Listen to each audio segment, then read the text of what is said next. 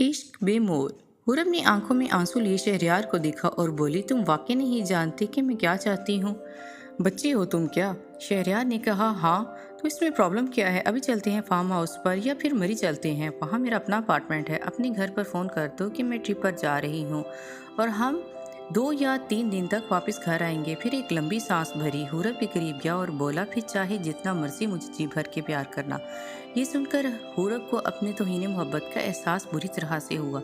हुरब ने एक जोरदार थप्पड़ शहरयार के मुंह पर मारा तो शहरयार ने हुरब गाड़ी के हारन की आवाज़ को सुनते ही पहचान गई कि यह गाड़ी शहरयार की है, इसलिए टेरेस से नीचे झांका। शहरयार तेज़ बारिश में अपनी गाड़ी के बोनट पर लेटा हुआ बारिश में भीग रहा था।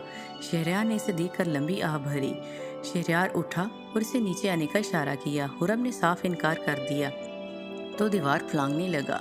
हुरब ने रुका और मौका देखकर बाहर आई। शहरयार हुरब के करीब आया और हुरब इसके सीने पर हाथ रखकर इसे धक्के देने लगी और बोली, जाओ यहाँ से, चले जाओ और फिर लौट कर मत आना। मैंने मना किया था कि तुम मुझे अपनी शक्ल मत दिखाना। फिर क्या लेने आई हो यहाँ? बहुत कांपती और रोती गई। शहरयार ने इसके दोनों हाथों को पकड़कर किस किया और गले लगाया। तेज बारिश और हवा की झोंके इनको छूकर गुजरे। दोनों की धड़कनें तेज हुईं और दिल में उठने वाले सवालों का तूफान चलने लगा, जिसके जवाब ढूंढना नामुमकिन था।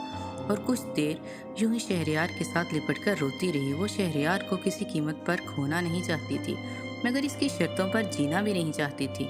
फिर एक लंबी आह भरी और खुद को संभाला और शहरयार को खुद से दूर कर दिया। फिर अचानक शहरयार ने मुकम्मल नावल पढ़ने के लिए डिस्क्रिप्शन में दिए गए लिंक पर क्लिक करें और इस तरह की मज़ीद सबक-आमूज़ कहानियों, नावल, अफसाने आप बीती के लिए चैनल को फॉलो और दोस्तों के साथ शेयर करना ना भूलें। इस तरह की मज़ीद अच्छी वीडियोस देखने के लिए घंटी के बटन को हल्का सा दबा दें।